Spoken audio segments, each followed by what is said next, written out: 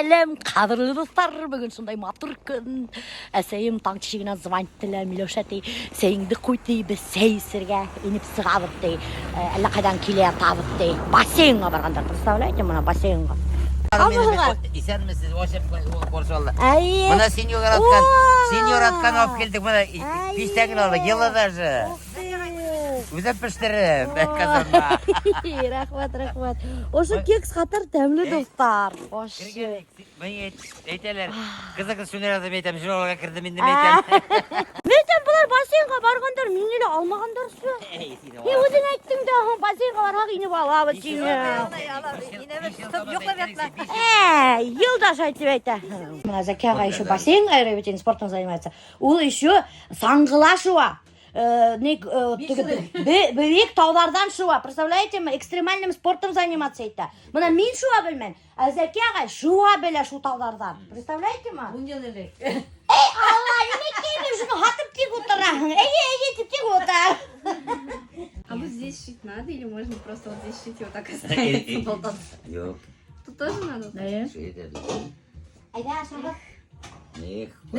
Где моя правая рука? Вал етіп ме, әрі етіп такой. Сен вал етіп әхін.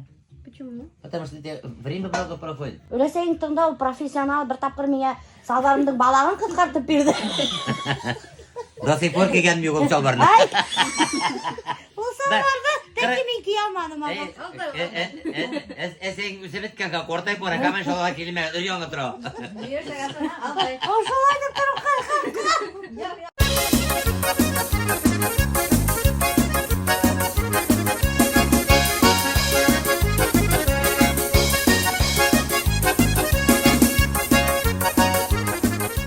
свежина эффигіне келеш дәкке қайып келген. Бұл, кстати, менің Зүлфина келіндашым бішіра. Білмәғілік біліп қойғы. Представляете, Зүлфина келіндашым бішіра ұшы кикістарды. Ну, алып келмей. Ну, алып келмей. Зүлфина ешітсәң, күстәніске кикіс қына тұты бірі баяғына. Зүлфина әпәттікі есі хилмені көрхан, хилмеге обещаткен ұшы кикістарды бішірерге бір ингредиент секретті берем сенің. И все, Аллах апар бір ел өтіп кетті, тәке бермәнің хилмеге. И рецептін тоже бермәнің. Рецептін бір ауғала бермәйлер де, и какой-то бір специальный әлемінде ингредиент добавляйттелер де. Уже кикістарға. Қырқай отырғайны фамилия Кози енді. Кози? Кози фамилия. Кози? Әй, фамилия. Яңа преподаватель келділі. Бірге по фамилия вес айта бетінде. Ана айтайын, Козей деген. Ұлтарыла. Яғни Козей, а Кози. Короче, достар, бір кетіп барабыз ретро-дискотекаға возле роддома боласа. Алдайым, конечно же, достар, бір кетіп барабыз Альзираның выпискасына. Біләғір бетінде менің продюсер Ринальдың тұлғы икенсіге қызы. Альзираның біріншіге, ай, ой, Алла, зачем мне это говорить, уфалла, қайым, блин. Все это... Да, и без меня все это знают. Короче, Ринальд айтты, выпискаға келеді в стиле 80-х кейінегі. Ну и вот, короче, мұна мен кейдім розовые лосины, мұна тегі көлмі, юбка, азалияны қыны өте. И мұна ошылай тегі не кейді менде, демәлі анау, тегі джинсовка азалияны кейді мұна. Ұрғалар, короче, как могла одела в стиле 80-х. Альберт не хочет одеваться в стиле 80-х, потому что он и так всегда в стиле 80-х юрий. Алмағыз. О, привет. Тоже келдігіз на ретро-дискотекаға. Алмағыз. Сіз де келдігіз на ретро-дискотекаға. Обязательно келдік, как-то без нас никак. Она мен де келдім. Только старый шуба тапманым. Выписка тұрағында әлігіне біліп қалдық та за 2 часа. И даже магазинға да кіріп үлгірмәнік, достар. Біріндегі всякие игрушка, шариктарды алып үлгірмәнік. Хоят, конечно. Даже сескел алмадық. Қолы еліл үлгірмәнік. Хоят, конечно. Но ничего не поделаешь. Ладно, біз немелу. Все деньгами подарим. Все деньгами. Шатқа евро, да и все. Привет. Такой радостный шундайнды. И угрырынды. Со свадьбы шампанское. О, даже было киндер в хандер. Карагулали. В 90-х годах. Вот это тоже сохранилось, да? Вот это нифига не похоже. Это маленькая Вера Рошан. Маленькая Вера. Шылкенен қарағанға бар ма? Вот достар, Ринальды киіндірділер. Просто молодец. Ой, какой ты, блин.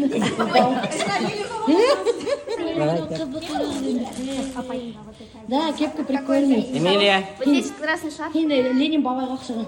Киіндіріп қоялар қазір. Эмилия, как назовете сестренку? Жасмин. Все уже, секреты знаем. Вот у меня стиль 80-х. Была не очень обширная, мне вообще ярко выраженный представитель 80-х. Ой, вообще красавчик. Особенно с цветами. Прикольно. И я уже такие не выргаю, не гильсы вообще. Где дочь? И как это уже, ну, не выкали, декан, надо профессором уж. Ой, вообще гильсы вторая.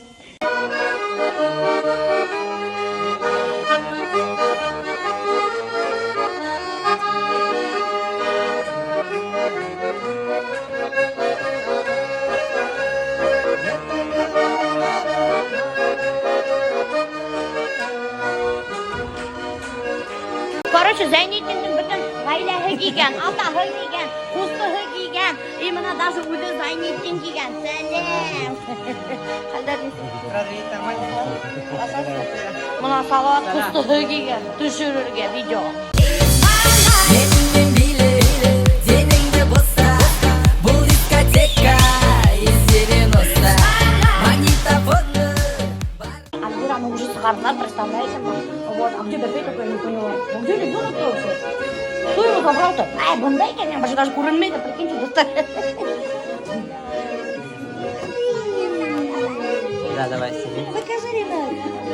Ух ты, какой, блин. Привет. Ренат, а я-то поздравляю тебя. Я думала, мальчик будет. Да последний, вот представляешь, да? Короче, вот,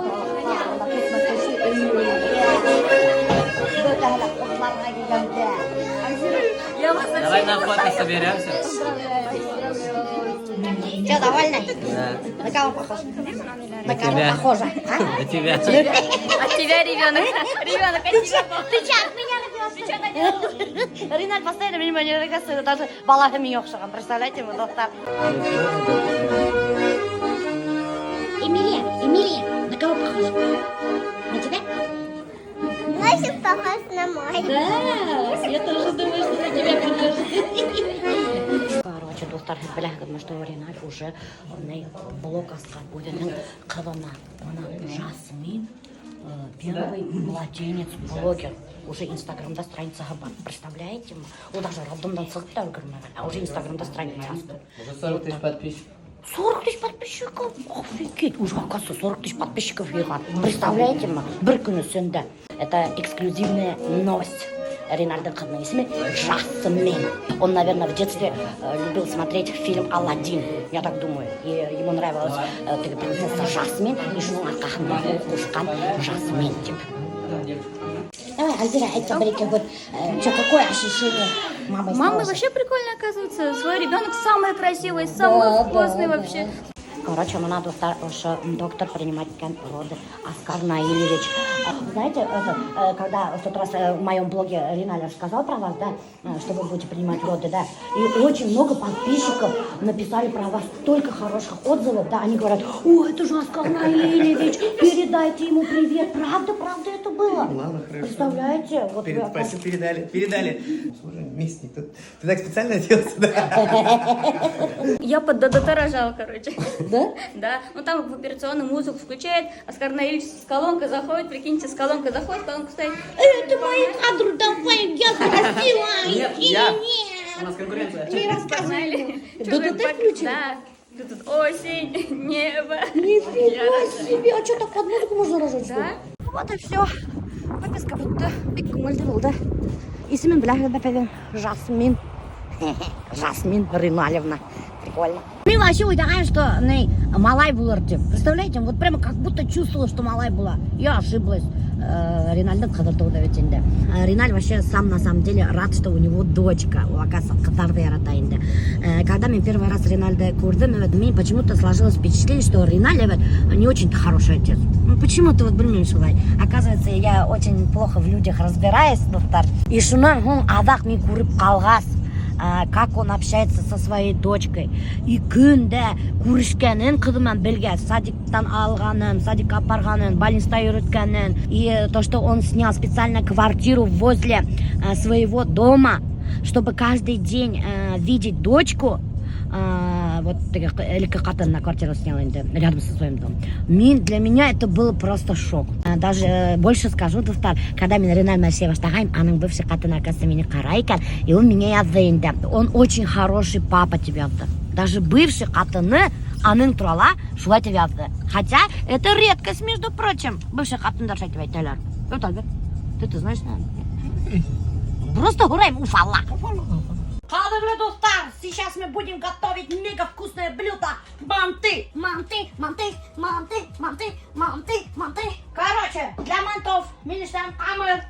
Мы будем хамырчиктар. Начинка. Харагат. Бунда вообще жир. Курхат начинканы. Кара. Купмы жир бунда. Вообще жирный-прижирный. Чем жирнее мясо, тем вкуснее манты. Как у вас дела по время Альберта? Хорошо. Вы метите на место шеф-повара Миляуши, да? Нет, не мечу. Не метишь? Почему? Неохота мне. Вы любите есть манты? Нет. Чё врешь? Нет, он жирный. В смысле, а кімді сөме манты істемеген башы? Өзіңізі? Нашайым. Инекті паша бүтін өме.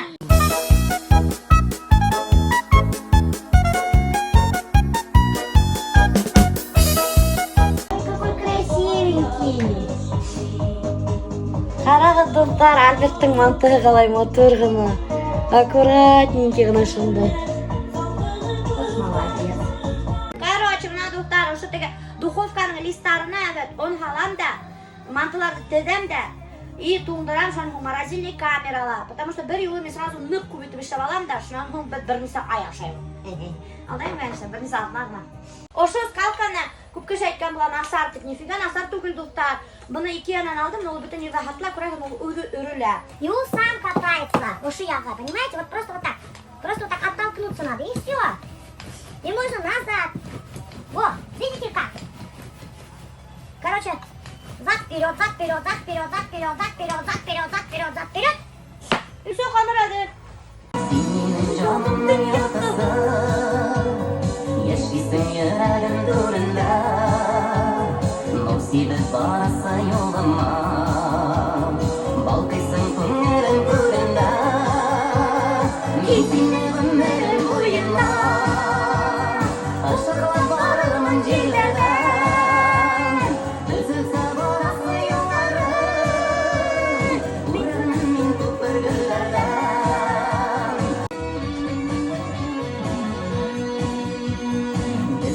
Ayrılmaz bahana Bir kında kırılmaz sorağa Hasretine güller biz ihtege Şit yapmaz salsa yarağa Min seni ömrüm boyuna Işıkla vararmın dillerden Роллы, пицца, шаурма, миңа кирәкми дөньядан яраткан ризык ул манты. Это манты, это манты. Это манты, это манты. Это манты, это манты. Полюбил их я, полюби теперь ты. Это манты, это манты. Это манты, это манты. Это манты, это манты. Выбирай, Симон, что сегодня съешь ты. Под эту песню, Азалия, я со своей первой любовью танцевала первый раз в жизни вальс. Медяк. И поэтому она мне на всю жизнь запомнилась. Яшлик сағым, жүрегім, ойдан ике düşe, yürekkeyim,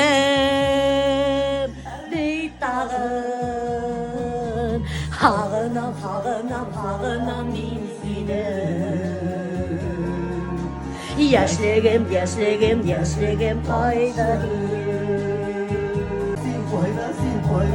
И правда, что-то мне так это грустно стало. Почему? Я состарилась. И моя молодость не вернется. 1000 лет, что ли?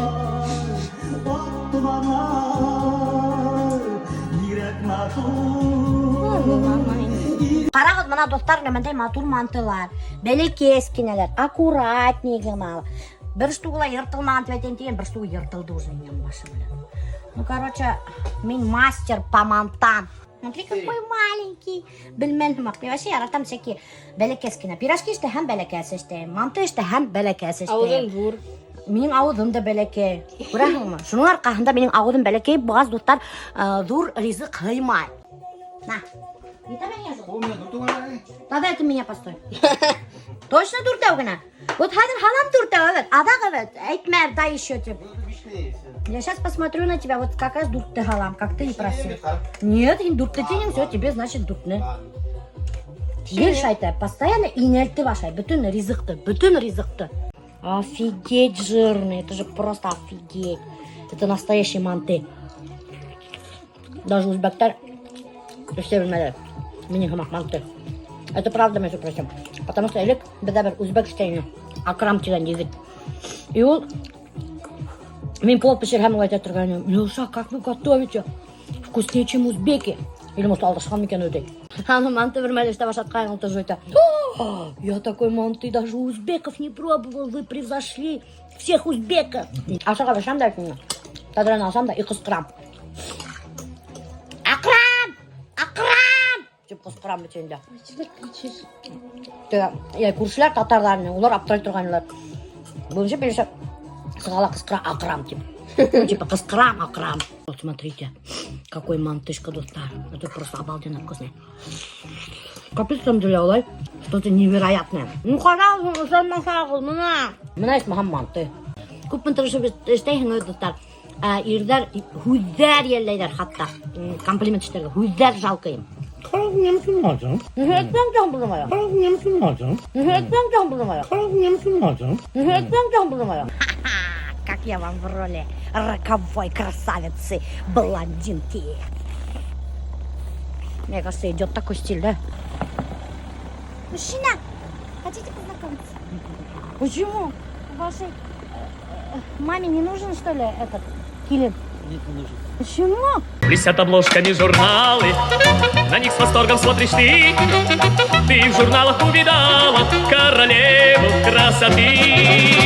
Я одной тобой любуюсь, и сама не знаешь ты, что красотой затмишь любую королеву красоты. Телефон убери туда. Ошелай ты, баб. Вот, грозный вид сделай. Не надо улыбаться. Каштарный ты. Она шулай. Да как я могу простить тебя? Давай вот это хоть скажи. И хадр еще на враг. Эйилда, и ошай қолыңды ішті. Не улыбайся, пожалуйста. Қашыңды ты злой. Қолыңды қоя наша, Не улыбайся. Ну не улыбайся, мне не могу. Улыбаешься. Так, надо красиво этот маяк нарисовать. Мне вообще-то Шарабжан обещал этот маяк удыныкін. Оның оказывается коллекция маяков, прикинь. Вот кем ойдай 44 яштек бейсе әвәте, ұшында тұрып маяк рисовать деп, какой-то бір ненормальный вайндар түшіреді. Только я, наверное. Әсе етмеште, енді иліні қылып параң, хаман ақыл отырмаған. Иногда я тоже так думаю. Ошы сумкаға менің весь реквизиттар, достар. Для вайнов. Мына қарағы. Мына халат, еще бір халат, пакет какой-то. Зачем пакеттар бұнда? Яулық, микрофон, пистолет, открывашка. Лимонад асырға. Телефон. Мой самый первый Lenovo телефон, который я начинала снимать свой блог. Он меня талисман мақ ятабында. Мама на него села, и он сломался. Да, я на него села. Сын мен өстел тұрған, ой, емірілді. Шынан берілі шлемей. Пробовали, аны ебіштірге, смотрите. Он прям потрескался. Да, его пробовали, десек ебіштіріп қойдық, один шот үштемені. Шынан был неме? Кисточка. Зачем кисточка? Вон даю мне, дома, опять-таки, реквизит, что ли? Пистолет, опять-таки, какие-то блокноты. Был не могу. Эшкин хауты почему-то. И эту сумку дутать. Куда бы я не ездила, таскаю с собой. Потому что мало ли что, мне, например, вайн чурговод китермал. Представляете, ма? Это специальная моя реквизитная сумка. Понятно? Продолжаем рисовать маяк. Надеюсь, не смоется. Потому что мне Иргиши Тапманом, который будет сниматься в моем вайне. Прикинь, Шарабжан, маяктарын, оказывается, біләң, неменен іштей, аттың құйрығынан. И еще супер клеить деп қоямын иықтарын өзінің бетіне, представляешь ма? Вообще мен теге Старлетамакский училищелар оқығанда, техникум культурала, менің кличкам Махмутина. Почему, знаете? Да потому что мен мужикқа ұқсағанмын. Қысқақ стрижкамен и мужской телосложение. Қазір менің мужской телосложение. Ну, вы көресіздер, что у меня плечи тут так широкие, а аяқтар нәзік. У меня мужская фигура, между прочим. Атайыма ұқсаған. Раньше меня даже принимали за мальчика. Элек мен автобуста баласақта кетіп барғанда, меня постоянно біләгір неме жей тұрғанылар. Эй, мальчик, передай билет жей тұрғанылар. Представляете, ма? Потому что из-за того, что у меня короткая стрижка была. А почему у меня была короткая стрижка? Потому что сей ялқау келейін, меня косички заплетать. У құтусыйын, оның вақыты еғіне. И ол тұтала меня шап-шоп, сәсімді қып-қысқақ под мальчика ала тұрғайыны. Мен не так мальчикқа ұқсағаны. Қысқақ сәсімді вообще капец мужиктарға ұқсай тұрғайыны, мальчиктарға. И представляете, меня постоянно это тұрғайыны. Эй, мальчик, передай билет. Эй, мальчик, уходи оттуда. Эй, мальчик. Представляете, как обидно, между прочим. Так что мен мужские роли, думаю, нормально играю. Хал было, горбай было.